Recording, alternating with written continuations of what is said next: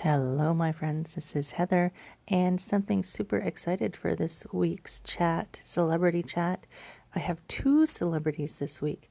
One celebrity we have talked to before, Eleonora Andretta, and she is super awesome. And this week she's bringing with her her partner in crime, Brian Epstein, and we have an amazing talk about coaching and life. So tune in, let me know, have a listen.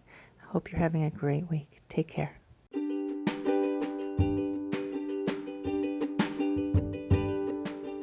Hi, my friends. Welcome. This is the Back to Me podcast, and this is Heather, and I am super excited that you're here. You are going to hear some tips and some tricks and some ideas to help you live your happiest and healthiest self. I call it Back to Me because when you are taking care of yourself, back to me, then you can take better care of others, and we can all make the world a better place. This is Wellness Your Way, and I am super happy that you're here.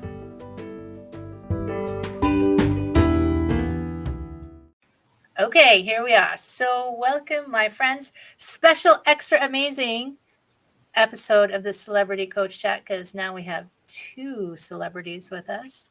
And you remember Eleonora probably from a previous episode. But look, she brought a friend with her this time, Brian.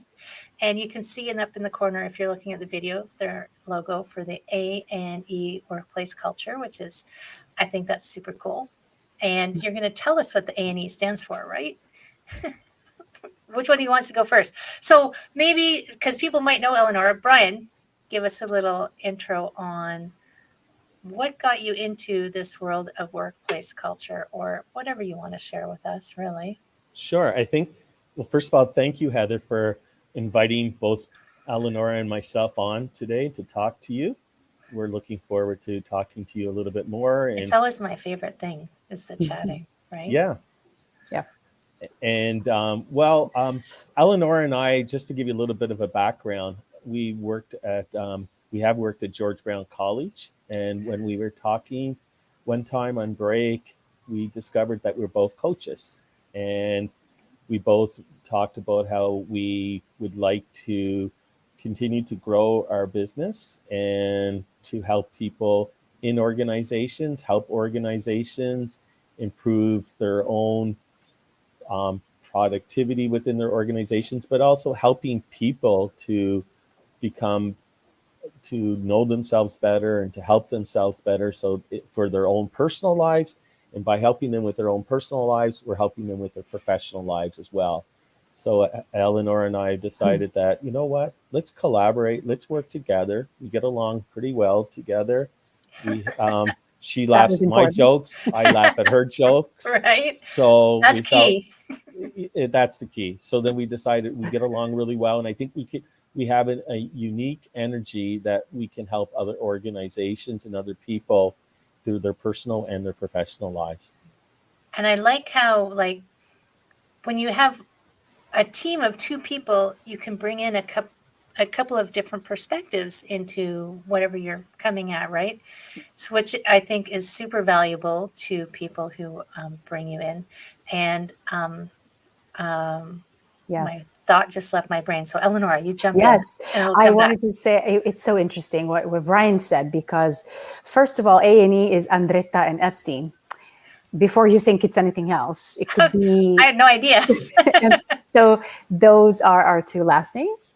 And what Brian said about humor, that made me think a lot. Even when Brian and I discussed, we really did connect on humor, and we're two very serious professionals. But when we met in the school, we found out that we talked about the students. We didn't talk about the course. It was more about, okay, how you're dealing with that student, how are you dealing with that? So we know that it's always about the people, and it's always about how they face the challenges. So it could be the workplace, it could be the school, it could be any group of people is facing challenges in a different way. So for us, it was about teaching. Yes, the course, we were teaching English for academic purposes, but then we said, you know what, why don't we do this outside? And we joined forces because, again, getting along with jokes is important because you connect with someone. Isn't that amazing?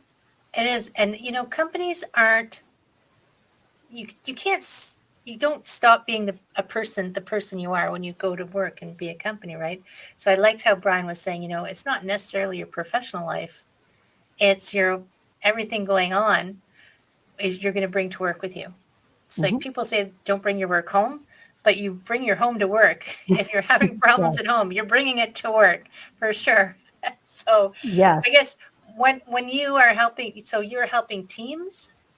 Yes, exactly. And that's what Brian and I were mentioning even yesterday, and he'll tell you more about that. But we said, even when managing teams in the workplace, it's always about the individual first.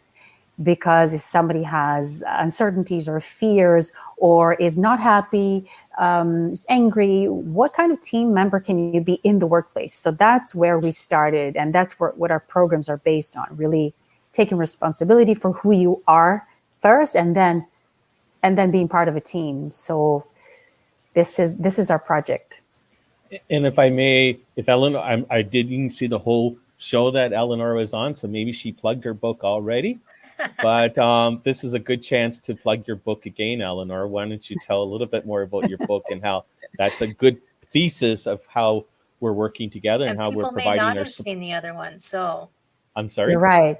People may not have watched the other one yet, so bring it. And so thank you, Brian, for that. Thank you very much, Brian, for that. I have to say, and the book is right here. But you know what? We discussed about this book so many times, Brian and myself, and we just discussed about the value of training teams. And for me, this book was instrumental for me, because I really said, I want to say what I think about coaching, about growing, about growth, about improvement. And for me, it's called Future Me, Future Team, because it starts from me. And so that's where the whole thing started. For me, it's about being responsible for what you do and asking yourself, just like you said, Heather, you go to work, instead of complaining, what am I doing, for improving the team? What am I doing for my boss? Or my boss is really unpleasant to me. Well, what are you doing to make sure that you are appreciated? And that I think is very liberating. That's why I said, what, if I can help other people learn about that, I will be happy, because this is what changed my life. And traveling light, that's what I say. You travel light because you go back to yourself. You cannot blame any other person in your life, which is sometimes a bummer. You think, oh, I can't blame anybody for my unhappiness. It's got to be someone else that did it. It's got to be like, I have to be the perfect one and everybody else. But then you realize, no, it's about me. And so these 12 steps for traveling light are about that. Learning to say no and boosting your energy and starting from you. And so then do you use the book when you're doing teams that do you take that? Yes. So we developed modules out of the book. Oh, so we translated the book into workshops and exercises and teamwork and group work and case studies, so that everybody at the end of our course can have a booklet to take home. And during the sessions, we work on the book. Then, of course, we added a couple of things, because over time, Brian was bringing other content and I was bringing other content too. We said, okay, why don't we put this here? So there's maybe a theme that day, and then we do whatever we think would be useful for that particular team, that particular organization. And but the main idea, the core idea is that growing in a team. That's why it says, even if you can't read it because it's really tiny, it says to be the person others want to succeed with. Oh, that's good.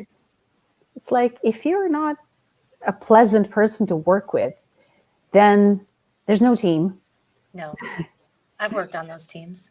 How did that go? It went so great. Yeah. Sarcastically, I left.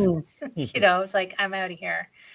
If I'm not happy, I'm not going to perform my best. I'm going to take that junk and be, not happy at home. And it just creates this life that you don't want to live, right?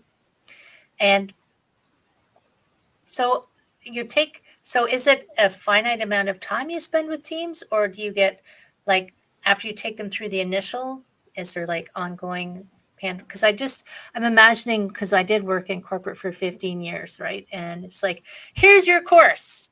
We're all going to go as a team on this course. And then you come home, you're like, look, I got a binder. And you put it on your shelf. And you put it there. And I mean, it takes some degree of effort, a shift of attention, intention when you're in it? You're like, yes, yes, yes, I'm going to do this. And then you go back to the office and nothing is different. So like, how do you help these groups kind of keep their momentum once they get back from their, or does it take place over time? We discussed so much about this, Brian, right? It can be over time, and it can be, we want to help people to take what they learn in our programs and be able to implement it right for him or herself. So everybody like on a personal level. Exactly. Everybody comes to our programs from a different perspective, and is carrying different challenges with some of their own personal stuff that may be affecting their professional output.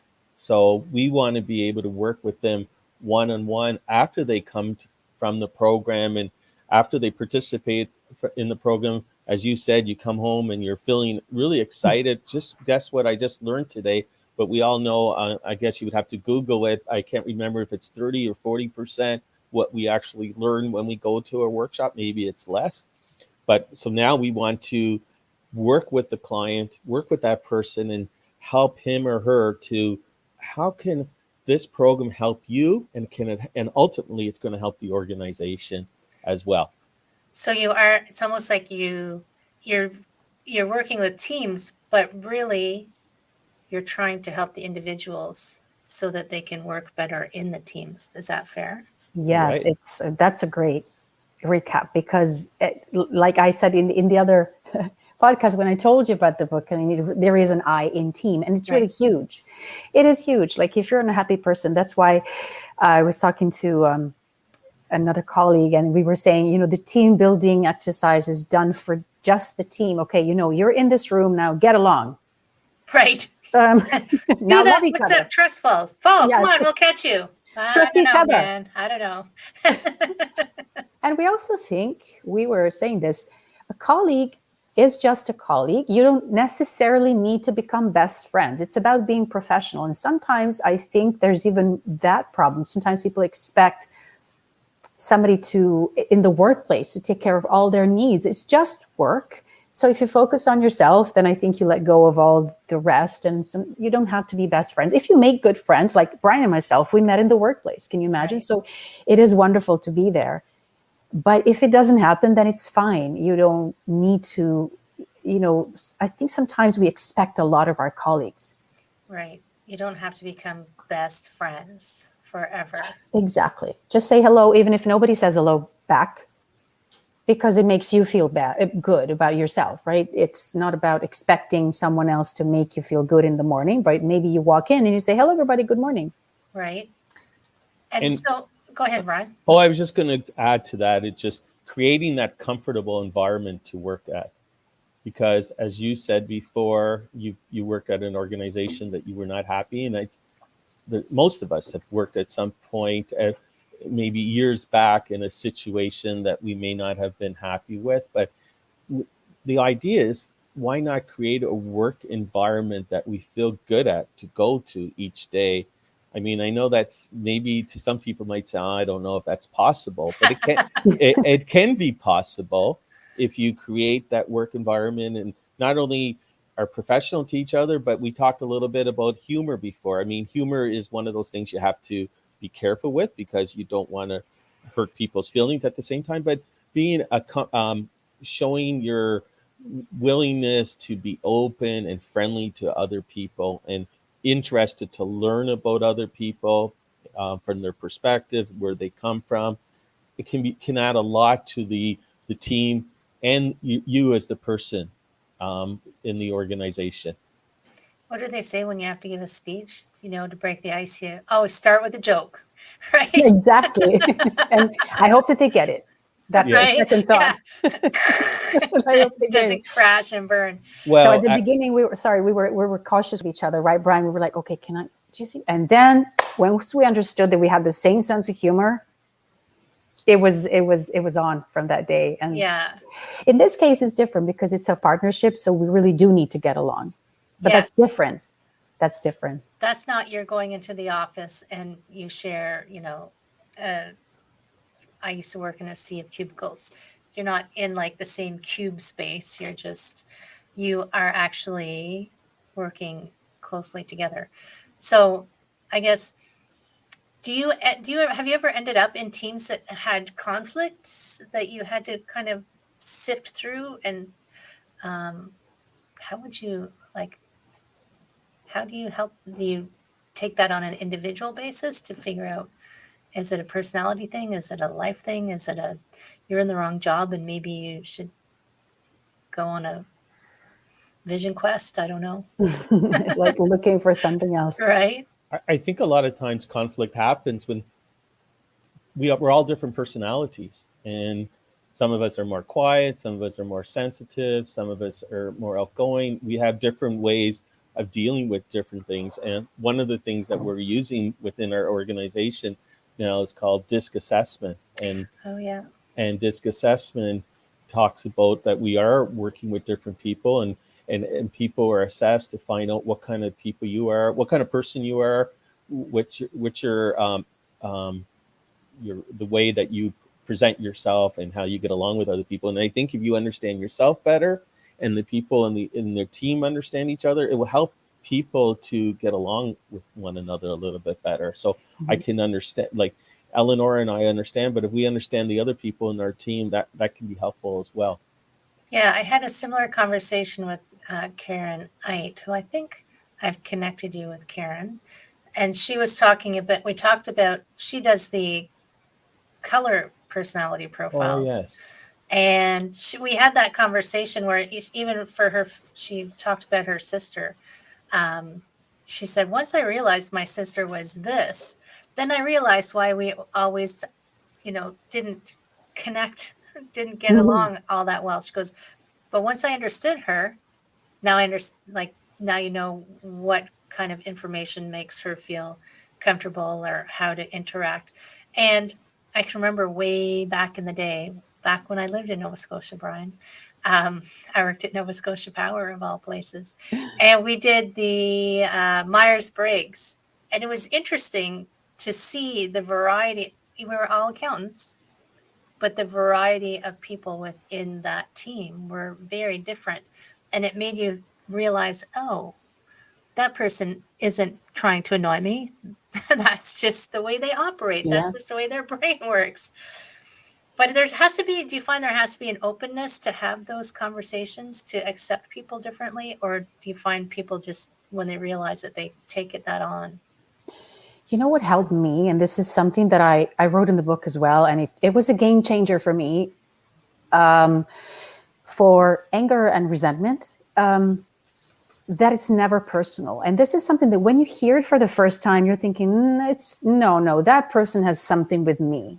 But actually, through time, the more I trained my brain on this and the more I observed, I really found out that even people who were or have been unpleasant, although that's also a little bit of a judgment, but it's never about you. That person has other issues. Probably something is coming up and it looks like it's against you. But if you live thinking, you know what, I'm doing my thing and this person is just reacting to her or his own issues or thoughts or fears, and it's nothing against me. And I think that's what helps conflict. Once you start realizing, you know what, the other person doesn't have anything against you. It's just something that you're evoking, or there's just, like you said, their style. It's just annoying to you, but it's not anything against you. And maybe maybe you have an expectation of, if I'm super cheerful and say good morning, you should be cheerful back to me, damn it. Yeah, exactly. But what if they're not feeling it that day? That's got nothing to do with you. But it is hard to remember, because people do get offended if they don't get the feedback, the reaction they want. And it's the ego, right? So you're thinking, but then if you're cheering everybody up because you want something in return, that is not really why you should be doing that. Right? Oh my goodness. I actually had another thought.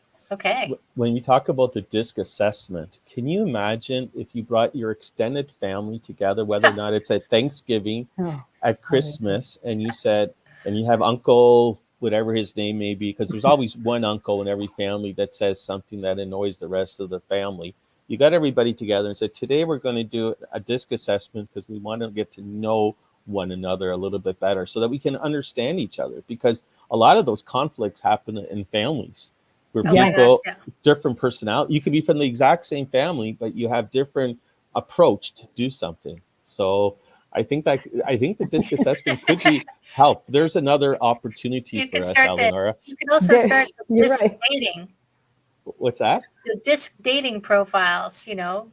Will you, Oh, that would be great. Just right? dating. And then you go, Will you're you a be D, able to- you're an I, you're an S. That Will would you, be nice. will you come into conflict, and where might you come into conflict, and how can you head it off in advance? Right. But yeah, you're right. And it's this disc. That's why we were fascinated. Although we have to be always careful, right? Not to label people. But okay, that Thanksgiving lunch, Brian, is a good idea. Can you imagine Italians? We are already pretty loud, even without disc. Can you imagine if we start saying, oh, this is what you're like? Oh, okay, that would be bad. But for us, for our business, we thought about disc because we said, you know what? I think it's a human thing. People love doing tests on themselves and doing those quizzes where it says, oh, find out what kind of jogger you are or what kind of artist you would be. So we were thinking it would be really great for us to start with that so that anybody can have a report, because it has to start from self-reflection. So DISC is also about finding out about yourself first. So the first thing Brian and I did was to do a DISC assessment on ourselves, because it always starts from you. Right.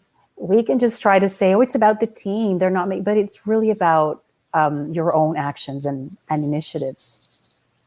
I just recently, so Eleonora and I are both part of the Certified Coaches Federation, and I just took the relaunched leadership coaching certification, and it was so good because one of the things they talked about was the pyramid to success is at the top of the pyramid, and at the bottom of the pyramid is you, and then the people, and then I can't remember what the third thing was. Adele will kill me that I can't remember. But it was We'll tell her. We'll let her know now. I Let me know. send an email. Adele, I haven't done my homework yet, but I'm working on You it. still have time. But the bottom level of any success is, no matter how many things, like tasks, projects, it starts with making sure that you are the person that you need to show up as. And I mean, I talk about wellness all the time because I say you can't show up in the world to be your best self unless you're taking care of the person and have an awareness, the person that you live inside of, like you. I'm just getting a bit mystical there, but Oh, but it is true. I was talking about souls with Julie. That's why. But That's great. you have to take care of you so you can show up. Like, you might show up to work in a bad mood one day, but if you're cognizant of that, and not to say that you have to be happy, cheerful all the time, but you could just have an awareness. I'm not so great today. So I will either warn people, I'm not having a great day, so maybe just leave me alone, or something like some kind of awareness so that you know that you aren't showing up as your best self. And what can you do to bring that back in to help you improve? Yes, Did all that make sense? it does. And when you were saying that, Heather, I thought that's why we are so fascinated by the workplace. Me, Brian, you, like, I remember when I was at George Brown, I was going through some very emotional time, and it was a magical thing that happened. There were people who approached me in the morning that I never met before, because there were so many colleagues, and one of them came up to me and she just told me, would you like a tea? And she hugged me. And I will remember that for the rest of my life. It was just a very simple gesture. She sat down with me. She didn't ask me anything. She just saw that I was just really emotional. And so the workplace is a great place. That's why we're thinking, wow, it's such a shame if it becomes toxic or unpleasant, because we spend so much time in it. I mean, there's a good chance you spend more time at work than at home. I mean, pre-COVID days, I don't know these days, but but still, yes, you're right. So I was like, it's one of those. It's on a human level, it's a very strong, it's a very powerful environment. And Brian was also telling me, other workplaces that he worked in. So many things happen, and you have these stories in your mind. So it's worth it to try and make it a pleasant place to be in, because. And from a business perspective, if like I used to work in a health management company that managed the health of corporations, like the physical health. And the premise was if your employees are healthy, they will, like a bit selfish on the company's part, if you can keep your employees happy and healthy, they'll work harder and produce more.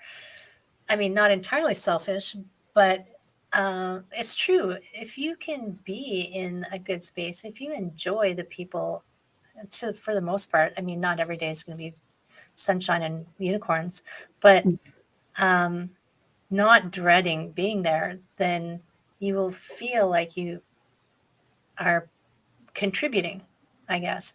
And I mean, I was just thinking as we were talking, when I mentioned COVID, I'm like, what? This is like the perfect opportunity for companies to really check in with their employees and how they're doing. And teams right now, like, have you tried to work yet with teams that haven't even met yet in the last 2 years? Like, they haven't been together. That whole people thing will be an interesting thing for people to try and navigate. What are you thinking? I see Brian's thoughts going. Yes. I mean, I think we have worked with people from different teams and trying to bring them together, and I think it's critical. It's so important. I was thinking actually while you were talking there a few minutes ago, it's indirectly related to what you were talking about. You were saying that creating an environment where people feel comfortable. A lot of organizations, we hear of the Facebooks of the world, and some of those high tech companies are the Googles. They have ping pong tables there, and they're giving you a lot of food and making it a fun place, which is nice, but and that is helpful. But I think it's also creating an environment where people themselves, how do we get other people, whether or not it's at the leadership level, who have a lot of responsibilities, and they have to get their reports done, and they have to finally get their work done. But how important is that for that leader to come down or to come and talk to the other people at that organization? In fact, another organization that I was at recently, he talked to me about, Brian, I know I have to get out of my own little office at least a half an hour in the morning or half an hour in the afternoon, just to talk to the people so that they know that they're appreciated and welcome, even having small talk about almost nothing, or just to find out how his kid's soccer game was last night. Then the people feel like they're appreciated, and this is a place that I feel good at, and I have a lot to offer to people. Right. And it's true. I can remember at one point when I was in one of my jobs, I was very stressed out, and I wasn't coming out of my office at all because I had so much work to do. And I had the best staff on the planet, and they would come in and sit down and talk to me because they knew they could. But I was forgetting, thanks for the reminder, Brian, I was forgetting to come out and talk to my staff. But sometimes, like, there's a fine line, because I know, like, when you're a boss, you can't be people's best friends necessarily. It's a fine line, right? It is a fine line, because you do still have to be their boss, but you can be a compassionate and concerned person with them, right? Yes. And if a boss or leader should try to at least know something about each of his people that's working with him or her. I mean, how many times have you read articles that this wonderful leader knew something about each one of the persons? It might have been something really small about his wife, his daughter, his mother, or a cousin, or a trip that he took. But that makes the person feel like this is a place that I'm appreciated at. They're more than a commodity, right? I'm more than a commodity, exactly. Yeah. And working with teams, I mean, I guess you must involve, how far up the chain do you go when you're involving the leaders in it? Or is it just the team? I wanted to add something about teams working, because one of our clients was developing presentation skills, and he was getting negative feedback about his presentation skills. So that's what he wanted to work with us on. I think the feedback, accepting negative feedback is, it was constructive, but it was still negative. If it's in person, it's one thing, but he'd never met this team. So he was called, and then all of a sudden they appeared on Zoom, and he would do presentation, and then everybody went, and he would receive these reports. So all he had, maybe even meetings, but he said maybe he was even more worried than necessary. But not being there in person, not seeing people, and maybe, like we said earlier, okay, maybe you have negative feedback, but let's get a coffee afterwards. You kind of calm down. You see that people still like you. So I'm guessing this working remotely when it comes to teams, that's what we've noticed, adds a little bit of tension that I'm sure would not be there if people could say, okay, we did 3 hours of very hard work. Now let's get some sushi together. You will go, okay, you know what? They still like me. This guy was really worried about, am I going to keep my job? Because communication is hard, I guess. Well, you don't even get a chance to have small talk or banter or tell jokes if you're not, like, because I've facilitated Zoom meetings. You can't have a conversation with like just a casual, hey, how's your mom conversation? Because one, everybody in the room is listening to your conversation. Exactly. And you have to take, in Zoom, you still have to take turns talking. So. And Brian and I wouldn't have met.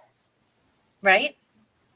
Or I would never thought, oh, let's do some business together, because it would have been different. So, and yes, to go back to your question. So we usually meet with managers at the beginning. What we found is that, and this is something that we can't really say to the person, but whoever is in charge of a team, it could be, I don't know, a president, CEO, whatever.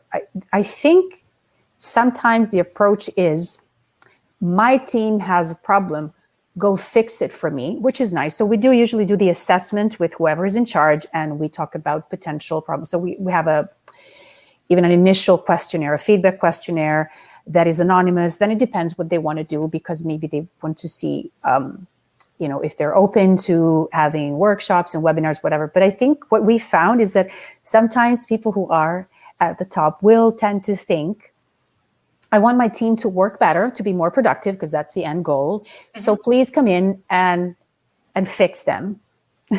Right. And maybe we'd like to say, maybe you should be involved in the process as well.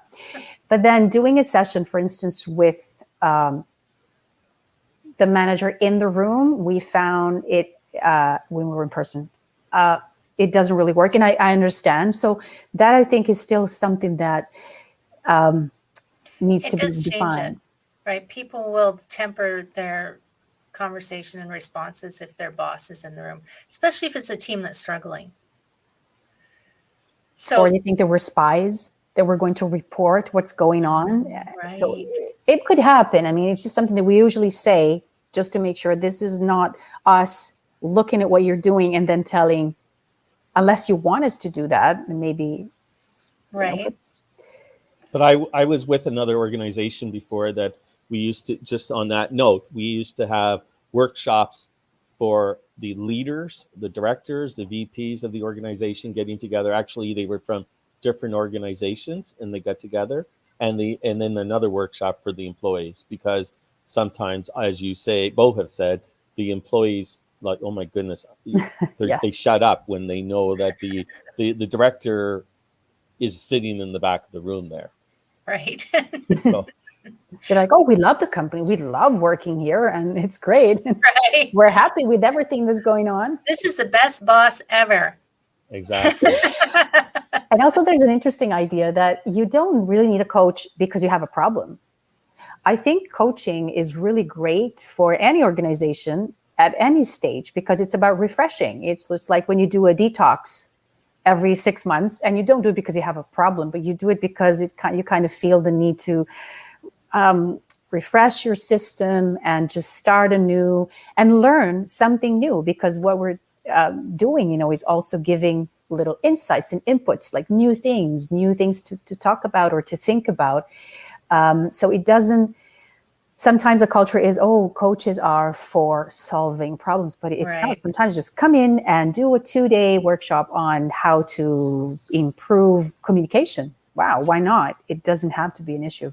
Or to provide a forum where people can debrief and get off their chest what they're thinking, because a lot of times people are working hard, getting the work done, meeting that deadline, but they don't have time to kind of reflect. So these workshops will provide people the opportunity to reflect what's going well and what could they do a little bit better. And I mean, there's always stuff to work on, like even on an individual basis. I'm always hashtag better than yesterday. That's my hashtag better than yesterday. And sometimes, because I always talk about, I work with six aspects of wellness, and only one of them is physical, right? Because there's all these other aspects to wellness. So one day I'm working on my physical wellness today to be better than yesterday. But then the next day, maybe I'm working on my professional wellness and what would help me be better professionally. So it's like, maybe it's not every single day, because as I was talking to somebody earlier today, it takes time for change. I was about to say, okay, if you do that every day, Heather, I mean, you're just amazing. I was talking to a gentleman earlier today, and he used the example of having a baby. He said, the husband or the partner doesn't walk up to the pregnant lady and say, after, a couple months, where the heck's the baby? How come it's not here yet? These things take time. Exactly. These things take time. So maybe not every day, but there's always some tweak to make. There's always a new lesson to learn. So I like how you say, like, every 6 months, 9 months, 3 months, had like a little come back around. What's changed? What worked? What didn't work? What do you want to try now? And also what Brian said is really important. And I'm thinking of what you said earlier, Heather, when you said, I was in my office so busy, and because you were so much in your head. And sometimes I think the most disruptive question of all, but the one that can really maybe can change the day of a person and can make, just release the pressure, is just the question, how are you? Just sitting down with the person and say, okay, how are you? How is it going? And maybe they will start telling you about what's going on, and then they will feel better. And maybe the workplace will benefit from just a simple conversation of going in and checking with everybody how they're doing, just like a wellness assessment, like you said, a general wellness assessment, and giving people the chance to talk. I think that's what people need. Have you ever had anyone say, do you really want to know? Exactly. How much time do you have? When let's not even go there. Two obvious words that should be entered to this discussion: be non-judgmental and acceptance. I mean, if we can listen to our colleagues and try to put aside our own judgments, and then just listen and try to see how we can help that person, and try to accept the other person for his or her own viewpoints and insights. They're different from us. They're different from me, but they should be validated and listened to, and we get to know that person a little bit better. That's going to help. There's been a lot of really polarizing topics in the world over the last 2 years. Really? No, I never noticed. Yeah. I don't know. Wait, what? I mean, there's always differences of opinion, but perhaps the intensity, someone turned up the dial on the intensity for some of them. And taking all of that, like that one opinion does not define a person, right? So can you remove that, agree to disagree, and then can you still operate respectfully with compassion with each other, right? I like your non-judgmental and acceptance. Those are your 2 words. Mm-hmm. When you said non-judgmental, I thought that was the 2 words. It's like, Okay, wait. now we're defining. What are you going to say, Brian? Well, I used to hear people say all the time that we should be more tolerant of other people. And I actually have I don't really like that as much as saying we should be accepting of other people. Tolerant is a very judgmental word. Right? Yeah, tolerance. I don't like this person, but I better tolerate her or him. Accepting is like I'm trying to work with him or her. He or she may have different perspectives and insight, and I accept him. He or she has a lot to offer to the group or the organization or the team. And the world would be so boring if we were all the same. Exactly. Right. Oh my God. It would be very boring. And also listening. Sometimes I find that it has become very difficult to have a dialogue with somebody, especially I think somebody who has a different opinion. I love debates. I love those. It's the minute you don't say what is expected in any field. I'm not just talking about it's like the label. And that is, for me, becomes really boring. And then at the end of the day, I'm thinking, you know what? I'd like to hear from people who think differently and see why. Sometimes there's no interest in the why, right? It's just, and that affects the workplace as well. In very simple exchanges, sometimes we just judge, and we all do that because I think judgment is the most difficult thing for me to eliminate. I've been working a lot on it, and I think it's, especially if you're a coach, you can't judge your clients, what they say, what they've been doing, right? So you can't do that. And it's a great training because it's makes you very humble. Well, and I mean, we are hardwired for judgment, but like, is that dangerous? You know, that instant thing. But right as soon as that happens, you can say, okay, thank you for that information. And then decide something different. Like, I don't have to hold that judgment of someone. I was talking to somebody recently there was a girl who approached, I went to the ballet last week. Can you believe it? Interesting. So, wow. Right. Like, COVID's over. No, it's not. But I went to the ballet and I was getting onto the subway and a girl walked up to me and asked me for change. And my brain just immediately said, homeless girl. And I'm like, why did you think that? It's like, what? Just because maybe she lost her wallet and she needs to get on the subway. But I had that, you can't stop that immediate thought, but then you can reflect on, where did that thought come from? Is it true? Do I need it? Is it helpful? Is it kind? Yeah. Did you see that experiment that there's a couple of things I saw, I think on Instagram. This person is doing this test on people about judgment. So they're walking around and they're not dressed really well, but not bad. But this guy said to a guy who was working, so it was really like a worker in a job site, say, okay, sorry, I lost my wallet. Can you give me some money, or yes, for the ticket, for the bus ticket or something? And they didn't know what reaction he would have had, but say, okay. So he reached out, and it was clearly like not a well-off guy, but he still gave this guy money. And then this guy says, okay, you won $1,000 because we were looking for the first person who would say yes to this without judging, without thinking, oh, this is a thief. So it's really interesting to see these people that are just lighting up and say, oh my God, it's amazing. Or somebody walks into a restaurant and says, I lost my wallet. Can you buy me a burger? And so many people will say, no, I will not do that. And the one person who says yes gets a prize. And it's interesting to watch. I saw a video at one point where they were showing people's reactions, and maybe it was Mexico, India, somewhere, like, maybe I only think that because of the little boy. They had a little boy who was like 6 or something, and they dressed him as if he, was very dirty and had no clothes, and he was sitting on the side of the road, looking sad. Nobody looked at him twice. And he went into a restaurant and asked people if they would give him some food, and they said no, and they said, get this little boy out of here. Same boy, they dressed him in like a school uniform. He's sitting on the side of the road. Everybody stops to ask him, are you okay? Where's your mom? He went into the restaurant and they gave him food. They're saying, oh, of course, we're going to buy something to eat. And that is like the truth. Like I saw it as like, oh my God, I probably do that. Yeah. I have to be honest, right? Yeah.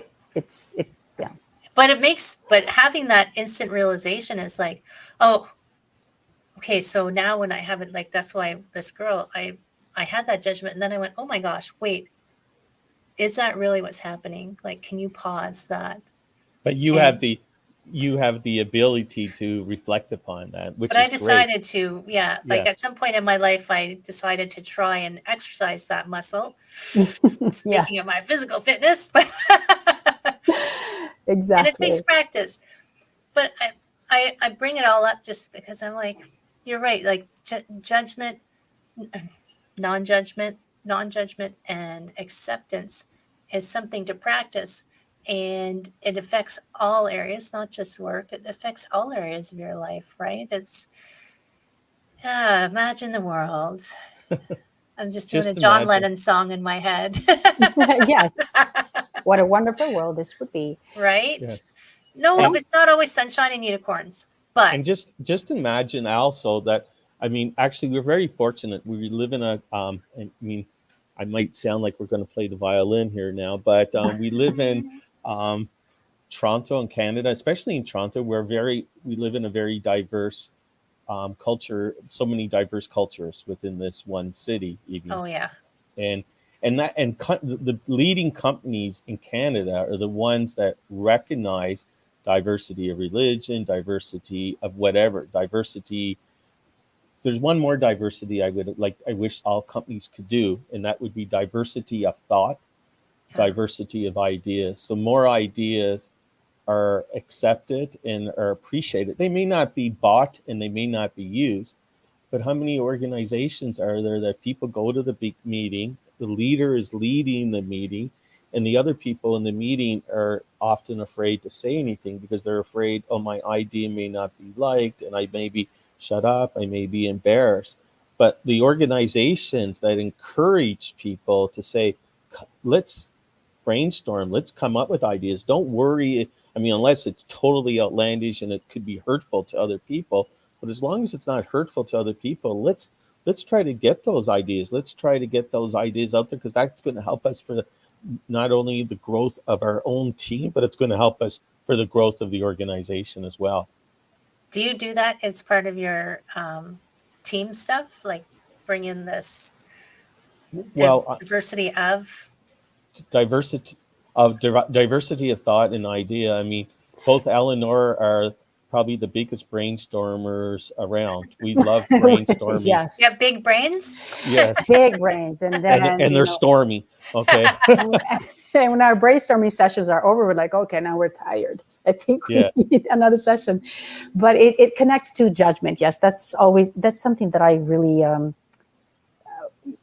focused on, because I think it's first of all, it's the main thing if you want to be a coach and work with that. And I think it really liberates any kind of environment if people stop judging and starts accepting, because, it's one thing to say it, but then I think also not accepting somebody else's ideas or judging comes from fear, like something is different, so I'm afraid, instead of saying, well, maybe.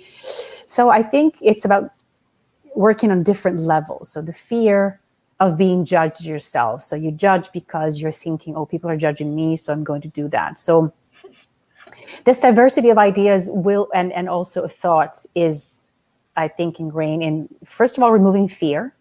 Because I'm thinking that people who are really adults and they are satisfied with their life, they're not judgmental. They let you talk. Whatever I don't like it when you say something and immediately people go, oh, it's not like that. Well, this is my thought or your thought. So I think it comes from fear, maybe, of hearing something that is different, and judgment. And again, that takes training, a lot of training. And if I can add to this, I don't know if either of you have ever taken an improvisation course. No. But in improv, one of the things or techniques that they teach you, if you're on stage and someone gives you an idea, rather than say, oh, I don't like this idea, no.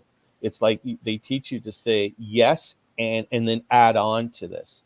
So, and I think if you ever go to Second City or some other improv groups in Toronto, the best people that do improv are are saying yes, accepting, and rather than saying no, they're adding to it. And I think if companies and teams could do that, oh, that's an interesting idea. Yes, and let me add this idea to it. Let's see if we can do for it, rather than say no, no. That's the worst thing I've ever heard, unless it is, as I say before, hurtful to other people.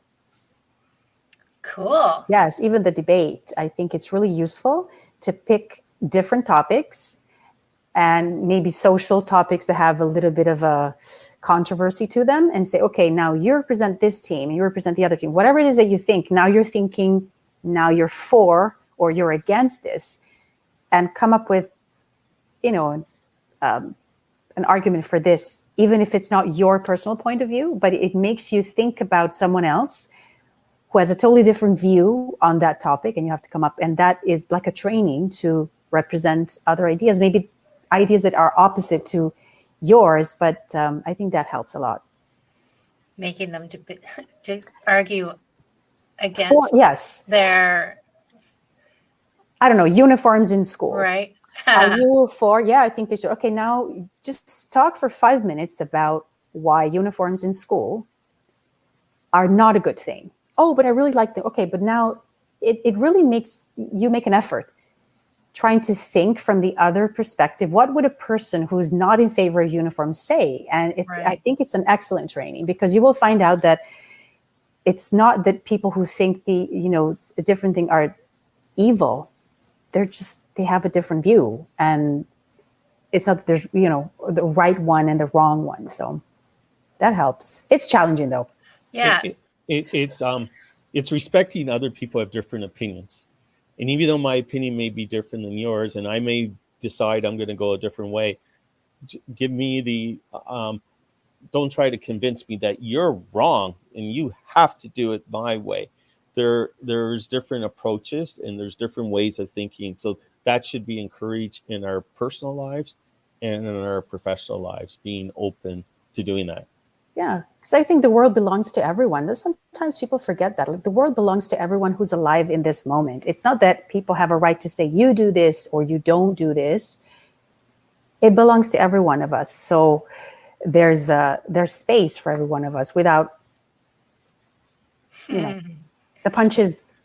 It can be just air punches, but not real ones. And that goes back to what you said a little while ago, Heather. We're living in times when there's such hot topics that are out there right now, and someone says this is the right way, and you say this is the right way, and then we come to battle with that. So we need to be a little bit open to, even though it's different than I'm thinking, maybe we still should be open to listening to that, or we might not adopt it in the end, but we shouldn't be going back to, I accept that you might have a different opinion. I don't agree with it, but I accept that you have a different opinion.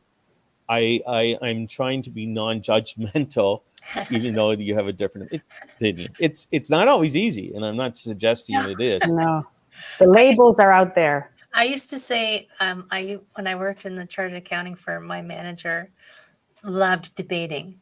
And whenever we went to lunch, he would debate with whoever was there about anything. One day he debated whether something was art or not. And I would just, I didn't really have a strong opinion on either side. And he said, why won't you ever debate? I said, Switzerland. I don't take sides. You're right. You have to see if it's worth it. Right? I'm like, because I'm not going to argue for the sake of arguing. If I have a strong opinion, I'll enter it into a discussion. But again, different viewpoints are fine. But yeah, as long as one person doesn't push his or her viewpoints on someone else, right, you're wrong and I'm right, and that's it. Right. I mean, just trying to say, okay, I see you have a different viewpoint, but let's see how we can work with it. So do you use the part of, like, I know that we've been talking all about, debates, but I guess when you get into those workplaces, is that part of what you're addressing when you are helping these teams? And I'm just looking workplace culture. Do you find ways to help these workplaces get into those conversations? Yes. I mean, encouraging the discussion, encouraging. We develop exercises and some group work and pair work that allows people to share their different viewpoints, and again encouraging people to discuss, but not necessarily feel. Even though my idea is different than Eleonora's, it doesn't mean that my idea is worse than Eleonora's. It's just that we're sharing different ideas. So we try to get people in the workplace to And do I that. guess with both of you there, like the two of you aren't always going to agree. I Oh assume. no, we agree all the time. No, we don't. All the time. I mean, no, So but there's that's like you get to show people, you get to show teams, you can work together and not always have the same opinion. and one of the modules in the book actually is the one about judgment. So we really do work on that. And it's called Stop Judging and Start Acting.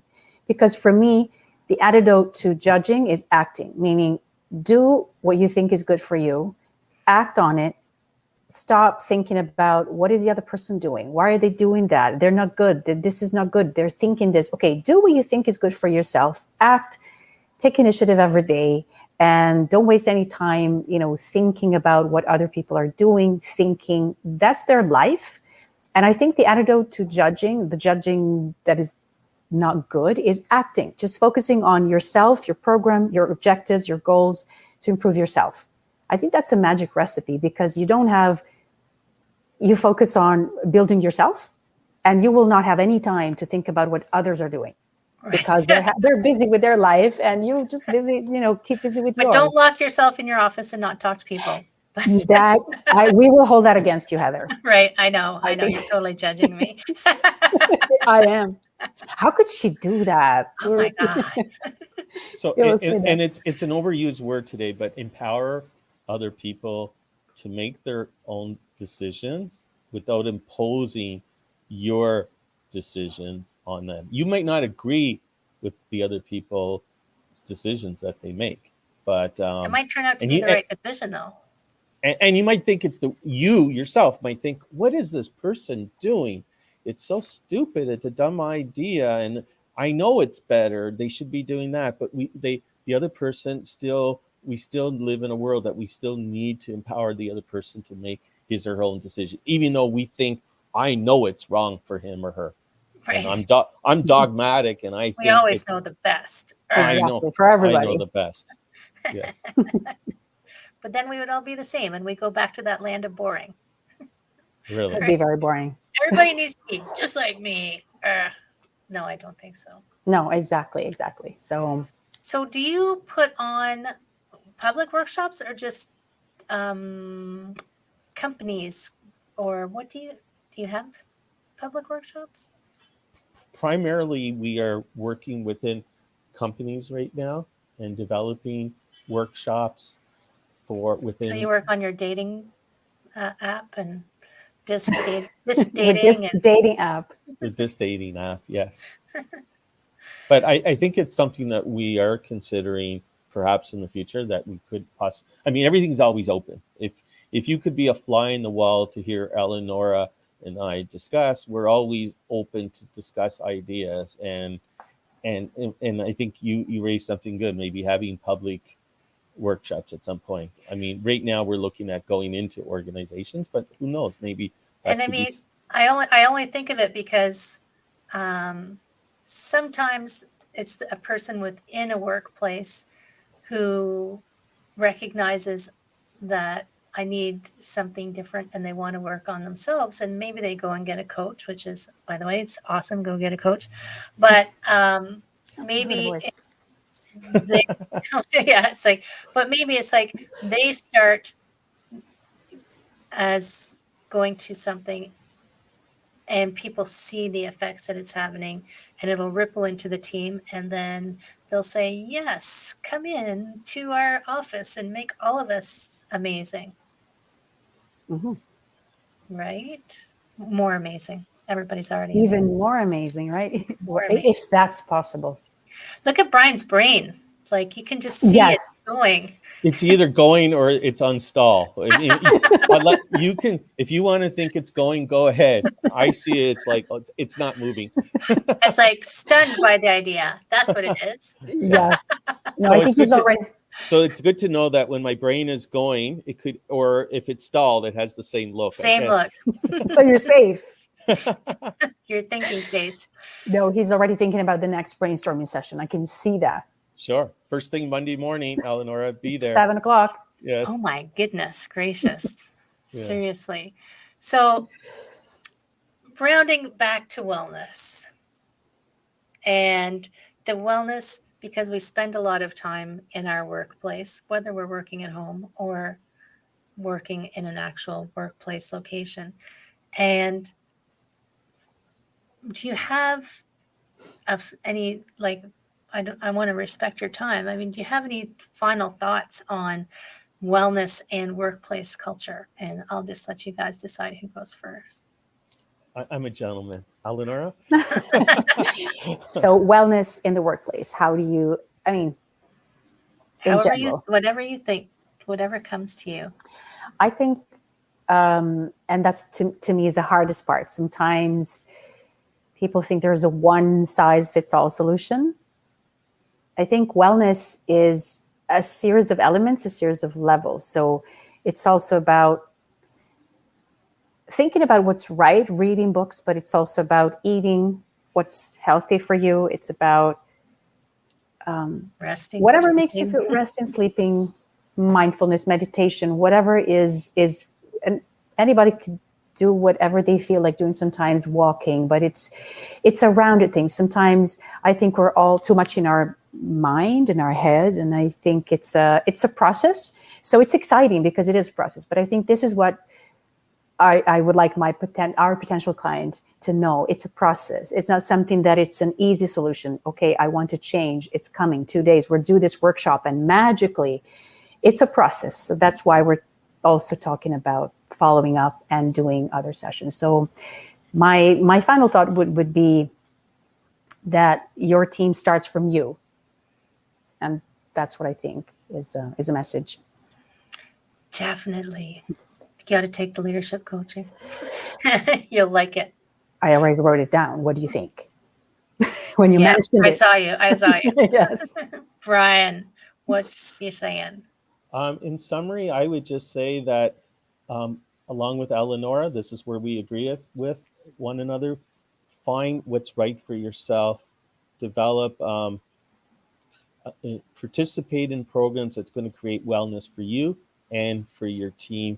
Find out what your team wants. Find out what you yourself want, so that you can create an environment that you're happy in. Hopefully, it will come at all levels of the organization, at the leadership level, but even at the team level, or even with the partner that sits across on the other desk or the other table nearby, creating an environment that you both feel good about. Right. Yeah, so true. I mean, planting the seeds of wellness and positive workplace culture and let that spread out into the rest, right? So Yes. amazing. Yes. So good. I mean, we could go on all day. I feel like we would just keep talking and talking. For hours and hours. You mean it's over? Oh my God. No, we have 2 more hours, Brian. Oh, 2 more. No, Right. Doesn't Heather know that, Eleonora? I thought we were talking for 3 hours. I didn't get the memo. I didn't get the memo. Oh my gosh. Oh no. I'd have to break the podcast into multiple episodes. So yes, get a quick coffee and then we'll be back for 2 more hours. Yeah. I'll just have you gone again for like part 2. Okay, right? sure. Right? Yes. Well, part 3 for Eleanor, part 2 for Brian. Right. Yes. Oh Part my 2 for gosh. A&E. You can just keep going. Yes. So, my friends, thank you so much, by the way, for coming Thank you, Heather. and sharing your time and your ideas and the conversation. I always learn tons, which is why I love having people on, because they're all super interesting people. And I learned something in the process of trying to share learnings with others. So a little bit of selfish on my part, but I'm also sharing the love with the world. So thank you both so much. Thank you. And thank you for your openness. That's what's really key. Absolutely. Thanks a lot, Heather. It was a pleasure. And we'll see you again soon, I'm sure. Yes. Thank you. Take care. See you very soon. Take care. Thank you. Bye.